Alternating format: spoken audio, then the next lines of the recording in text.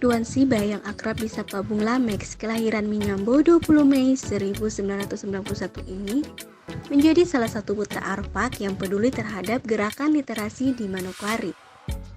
Terobsesi dengan gerakan suka membaca sudah tertanam padanya sejak sekolah menengah.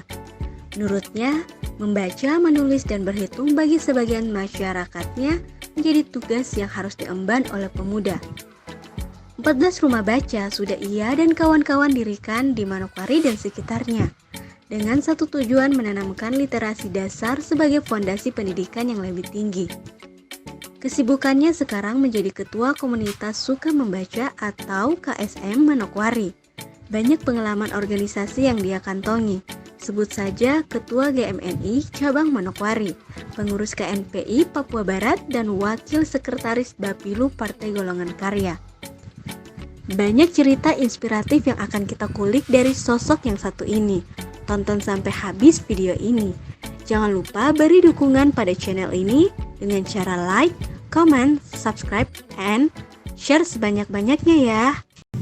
Oke kawan-kawan, saat ini saya sudah bersama Bung Lamex Duan Siba, salah satu penggerak gerakan literasi di Papua Barat, Bung ya.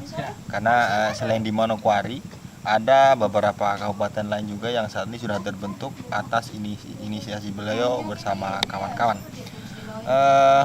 Oke, hari ini kita akan ngobrol tentang literasi, tentang bagaimana mendorong anak-anak Papua untuk tidak hanya sekedar tahu membaca dan menulis, tapi juga mampu membentuk karakter mereka sehingga bisa menjadi generasi bangsa yang betul-betul baik.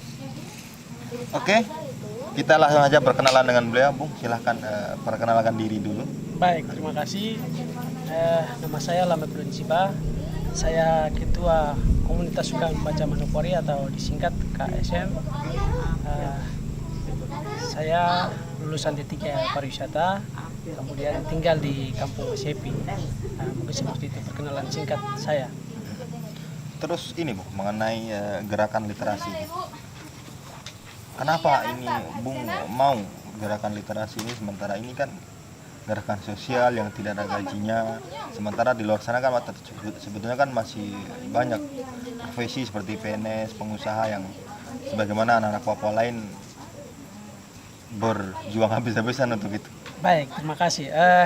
Saya langsung saja, sebenarnya saya menggerakkan gerakan literasi ini bersama-sama dengan teman-teman. Yang pertama karena saya terinspirasi dari pengalaman masa lalu saya di Kabupaten Pegaf, di mana kami kekurangan tenaga pengajar, kemudian juga bahan bacaan baik yang non kurikulum maupun yang kurikulum seperti itu. Itu yang membuat saya secara pribadi kemudian ingin mendorong gerakan literasi ini mulai dari kampung ke kota, kemudian untuk membantu pendidikan khususnya di Manokwari, tapi juga di Papua Barat seperti itu. Terus siapa yang awalnya mengajak Bung atau barangkali dari inspirasi apa sehingga? Baik, sebenarnya gerakan literasi ini saya sendiri sudah mulai dari waktu saya SMP ya.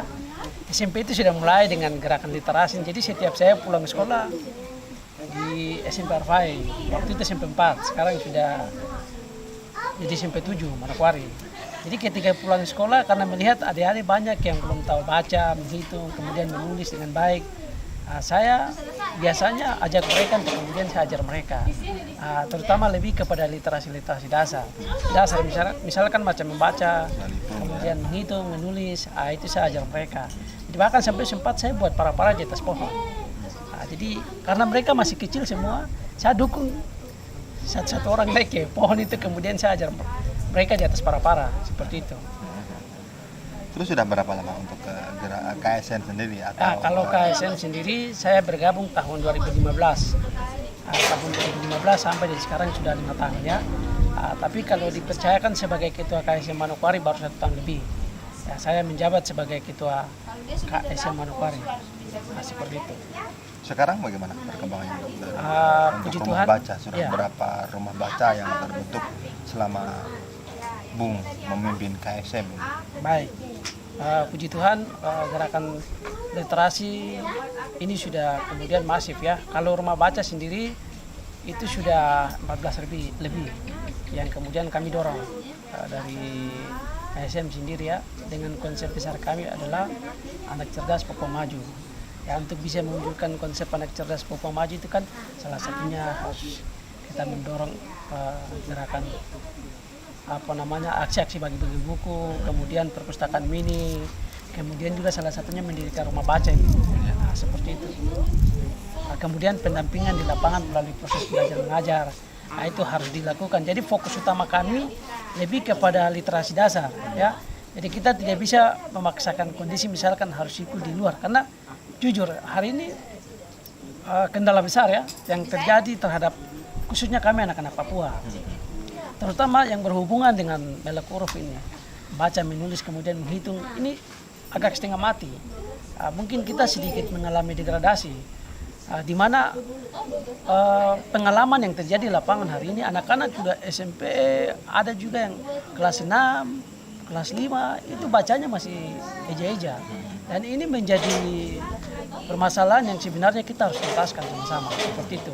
Jadi kami juga memang berupaya untuk kemudian membantu pemerintah kemudian ingin mendorong literasi sebagai lokomotif yang kemudian menggerakkan sistem pendidikan kita di Papua Barat dan Manokwari yang khususnya. Begitu.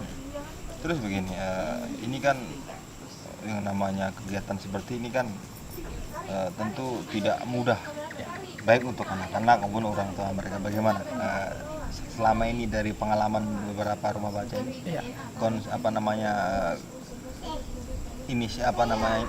semangat dari anak-anak sendiri bagaimana? Apakah juga ada kendala dari para orang tua atau sebagainya? Ya, saya pikir anak-anak kemudian orang tua yang tentunya memang kalau dari awal itu agak setengah mati. Tetapi karena keseriusan kami untuk kemudian datang untuk ajar mereka, untuk kemudian mengajar dan melakukan proses belajar mengajar, ini yang kemudian membuat mereka itu termotivasi. Seperti itu. Memang dari awalnya mereka sedikit ragu juga, kemudian mereka dengan kebiasaan-kebiasaan yang misalkan ke kebun atau main dengan teman, itu kadang juga membuat mereka sedikit minder ya terhadap kegiatan atau aktivitas ilmiah seperti ini. Tapi karena kami terus melakukan pendampingan dan melakukan kunjungan ke setiap kampung-kampung yang ada, itu yang kemudian memotivasi mereka juga untuk mereka juga serius datang untuk mengajar dan kemudian belajar dan mengajar, melakukan proses belajar dan mengajar seperti itu. Lalu kemudian begini, ini kan gerakan sosial dan tentunya kan tidak ada yang namanya biaya APBD maupun APBN ya. Nah, bagaimana dengan tenaganya, relawannya, apakah juga mengalami kendala atau seperti apa? Dan sekarang sudah berapa jumlah relawan yang terlibat dalam gerakan yang Bung lakukan ini? Baik, terima kasih. Kalau untuk tenaga relawan sendiri, saya pikir kita punya idealisme yang sama ya, yaitu bagaimana ingin mendorong kemajuan pendidikan di tanah Papua secara holistik, tapi lebih khusus di Kabupaten Manokwari. Ini yang kemudian membuat kami bersama-sama bersepakat untuk kemudian harus mendorong ini tanpa harus meminta imbalan atau sesuatu begitu. Karena kami merasa bahwa kami juga adalah anak asli Papua yang kemudian harus punya tanggung jawab mendidik kami punya adik-adik ini. Jujur saja sebenarnya teman-teman ini kan punya keinginan juga misalkan harus jadi PNS dan lain sebagainya. Tetapi kami berpikir begini, kalau kemudian kita semua terjun ke situ, siapa yang nanti harus kita punya adik-adik ini? Terutama yang lebih kepada berhubungan dengan sumber daya manusia kita, yang dalam aspek pendidikan seperti itu. Saya secara pribadi mungkin pengalamannya dengan orang tua sudah beberapa kali mereka paksakan saya untuk kemudian harus jadi PNS dan lain sebagainya. Cuman saya begini, yang ada dalam pikiran atau benak saya, kalau saya terikat dengan sistem, nanti siapa yang membantu teman-teman atau siapa yang bisa menggerakkan adik-adik ini untuk kemudian bisa datang untuk belajar seperti itu? Karena jujur setengah mati. Kita saat ini kan semua orang hanya berpikir tentang diri sendiri. Itu kemudian kita tidak menjustifikasi, tetapi itu fakta yang terjadi hari ini. Seperti itu. Apalagi masuk ke kampung-kampung kemudian mengorbankan uang pribadi untuk belanja ini dan itu. Waktu, tenaga, pikiran. Itu kan belum tentu semua orang berada pada kondisi seperti itu. Tetapi ini karena keterpanggilan hati, nah ini yang kemudian mendorong saya dengan teman-teman untuk harus mau tidak mau, suka tidak suka, kami harus terjun langsung untuk menyelamatkan generasi ini dan menyiapkan mereka. Nah, seperti itu. Untuk Bung sendiri, dengar-dengar Bung pernah dapat tawaran untuk jadi PNS, kemudian Bung tolak. Ya, saya sudah 3 kali sudah ditawarkan untuk harus jadi PNS. Cuman itu saya begini, seperti yang tadi saya sudah singgung dari awal bahwa ketika kita terikat dengan sistem, hari ini kita harus jujur tentang kondisi di Papua. Banyak persoalan ekonomi, politik, sosial yang hari ini terjadi. Kemudian kalau kita sudah terlibat dalam sistem, nanti siapa yang menyelesaikan ini? Karena jujur kita masuk dalam sistem itu dipaksakan untuk harus pragmatis. Ya. Kemudian kita tidak bisa bebas untuk melakukan hal-hal yang lebih kepada kemanusiaan. Betul, sistem juga kita masuk untuk kemudian harus mengatur sistem sana untuk mewujudkan sejahtera masyarakat. Betul. Tetapi ya, kita lihat hari ini prakteknya tidak sesuai. Seperti itu. Akhirnya saya secara pribadi mengambil sikap untuk kemudian harus di luar daripada sistem.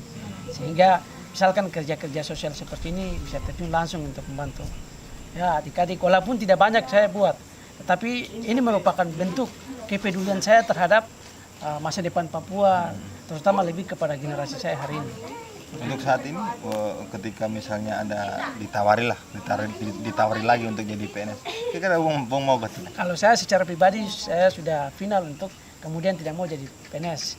Ya, karena saya lihat hari ini banyak persoalan yang hari ini terjadi. Jadi itu kemudian membuat saya secara pribadi untuk lebih bersikap berada di luar daripada sistem itu sendiri. Sehingga seperti yang tadi saya sudah singgung banyak, supaya saya bisa dorong gerakan literasi atau kerja-kerja sosial bersama-sama dengan kawan-kawan yang lain. Seperti itu. Terus kemudian ini Bung, ini kan sudah ada beberapa 14 ya tadi ya. Sudah ada 14, kemudian rumah baca, kemudian sudah tentunya jumlah anak-anak ini kan sudah cukup banyak juga yang bergabung di rumah baca, baik di Manokwari maupun di Bintuni, Sorong, dan beberapa tempat lainnya. Kira-kira tindak lanjut dari kegiatan nanti endingnya yang mau didorong oleh KSM atau Bung sendiri nanti seperti apa sih untuk mereka? Jadi kalau ending daripada ini kan saya tadi sudah sampaikan bahwa fokus pertama kami ini kan lebih kepada literasi dasar. Ya, kemudian nanti juga kita akan lihat pada misalkan literasi yang lebih kepada teknologi, atau lebih kepada literasi finansial, atau lebih kepada mungkin ya yang berhubungan dengan ekonomi seperti itu. Kemudian yang juga lebih kepada keterampilan. Nah, itu memang harus didorong oleh kita. Tetapi jujur saja hari ini kami masih terbatas dengan sumber daya. Ya, itu yang kemudian membuat kami yang bisa kami kerjakan, ya itu yang kami harus mulai kerjakan seperti itu. Yang penting jalan dulu. Ya, yang penting jalan. Jalan dulu, literasi dasar dulu, ketika nanti berkembang apa kebutuhannya baru. Dan sekaligus tentunya menunggu dukungan ya. Ya. Menanti dukungan terutama anggaran ini ya. Karena kita tidak bisa pungkiri bahwa untuk saat ini memang segala sesuatu membutuhkan dana. Sepakat. Jadi begini, mungkin saya tambahkan sedikit terkait dengan soal anggaran dan lain sebagainya. Saya pikir sebenarnya minta maaf ini mungkin sedikit kritikan untuk pemerintah. Jadi terutama lebih kepada dinas terkait. Misalkan dalam hal ini dinas pendidikan kabupaten atau provinsi dan juga dinas perpustakaan seharusnya melihat gerakan-gerakan yang ya kami sudah dorong sama-sama. Misalkan kami dari KSM kemudian ada beberapa komunitas lagi. Ini seharusnya mereka harus buka mata dan kemudian harus langsung terjun ke lapangan. Jangan kemudian hanya duduk di tempat lalu menunggu kami datang. Ingat bahwa kita rakyat ini bos. Jadi seharusnya kami yang harus didatangi. Artinya mereka harus jemput bola ya. Ke lapangan ya, seperti itu. Dan kegiatan-kegiatan seperti ini yang harus membantu dipelihara supaya dia terus berkembang. Ya, sepakat. Oke, Bung. Terus Bung, kira-kira Bung untuk ini bukan keuntungan finansial dari sisi sosial. Kira-kira bagaimana yang Bung rasakan selama ini ketika dekat dengan anak-anak, dekat dengan masyarakat, dan bisa merangkul teman-teman yang lain untuk bergabung di sini. Kira-kira dari sisi sosial ini manfaat apa yang Bung dapat, baik secara manfaat langsung maupun tidak langsung? Ya, baik. Saya mungkin yang lebih dari semua itu soal kepuasan ya. Ya. Kepuasan karena bagi saya bikin hidup ini sementara. Ya. Kita walaupun punya titel, punya jabatan, banyak-banyak, tapi kalau tidak hari ini tidak berbuat juga kan sama saja. Nah, jadi saya lebih kepada kepuasan. Artinya bahwa walaupun mungkin dari sisi pendidikan, kemudian pekerjaan hari ini belum punya, tetapi saya merasa puas. Kepuasan batin ini ya. Kepuasan batin. Artinya bahwa selama saya hidup ada sesuatu yang saya buat, walaupun itu tidak besar. Nah, seperti itu. Kemudian di sisi lain pengalaman. Nah, kemudian terlepas dari pengalaman ada relasi yang kemudian dibangun. Nah, itu saya rasakan sekali. Dan saya merasa berada pada satu keluarga besar yang membuat saya termotivasi, kemudian terinspirasi untuk kemudian lebih maju lagi seperti itu. Terus ini Bung lagi untuk terutama untuk menjaga semangat teman-teman relawan yang selama ini ikut mengajar. Ya. Bagaimana cara Bung untuk terus mengajak mereka untuk bersemangat? Karena tentunya kan mereka juga punya kesibukan, Ya. punya pekerjaan dan punya tanggung jawab pribadi. Kira-kira bagaimana cara Bung merawat agar mereka terus semangat? Saya pikir kuncinya ada di komunikasi. Ya. Satu organisasi atau satu kepemimpinan itu berhasil itu tergantung pada soal komunikasi ya. Komunikasi ini yang kemudian saya jaga. Dan soal mereka hari ini terlibat, saya pikir kita semua punya semangat yang sama, yaitu ingin memajukan sumber daya manusia di Papua ini agar lebih maju lagi. Karena punya semangat atau punya visi misi yang sama, itulah yang membuat mereka juga bertahan. Kemudian karena gerakan-gerakan lapangan ini kan kita semua hidup ya. Itu yang membuat mereka bertahan juga walaupun hari ini tidak digaji. Tapi karena itu semua juga ya karena ini keterpanggilan. Ya. Kemudian kita semua sudah sepakat bahwa hidup ini sementara. Ya. Jadi setidaknya selama kita hidup ada sesuatu yang harus kita buat sebelum kita meninggalkan dunia ini punya jejak. Seperti itu. Kuncinya itu Bung ya, bahwa hidup harus bisa memberi manfaat untuk orang lain. Oke Bung, terus ini. Bung kan cukup sering bergaul dengan masyarakat, masuk di lingkungan masyarakat, khusus untuk pendidikan. Selama ini kondisinya di Manokwari atau di daerah lain, terutama di Bumbu Barat ini seperti apa sih Bung? Ya. Kan konon ternyata masih banyak adik-adik kita yang tidak bersekolah, dan tentunya dengan berbagai banyak alasan. Mungkin pengalaman Bung selama ini atau yang Bung lihat seperti apa? Ya, baik. Mungkin saya langsung saja terkait dengan ini karena aspeknya pendidikan. Tentunya kita harus mengetahui bahwa pendidikan ini ada pendidikan formal, non formal, kemudian pendidikan informal. Ini yang seharusnya dilihat oleh kita. Yang saya lihat bacaan masyarakat atau pemerintah hari ini lebih kepada hal yang konservatif ya, melihat pendidikan dalam konteks yang sempit. Hanya dari sisi formal saja ya. Dari sisi formal saja, misalkan dari PAUD sampai di mungkin SMA atau kuliah seperti itu.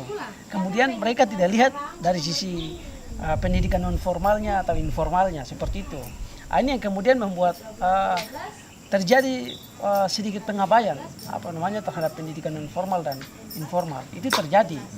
Contoh gerakan-gerakan literasi di Manokwari ini kan ada banyak komunitas, tetapi pemerintah belum kemudian mengakomodir itu semua. Padahal ini potensi-potensi yang sebenarnya harus dikelola untuk kemudian mendorong kemajuan pendidikan di Papua Barat atau Manokwari pada khususnya.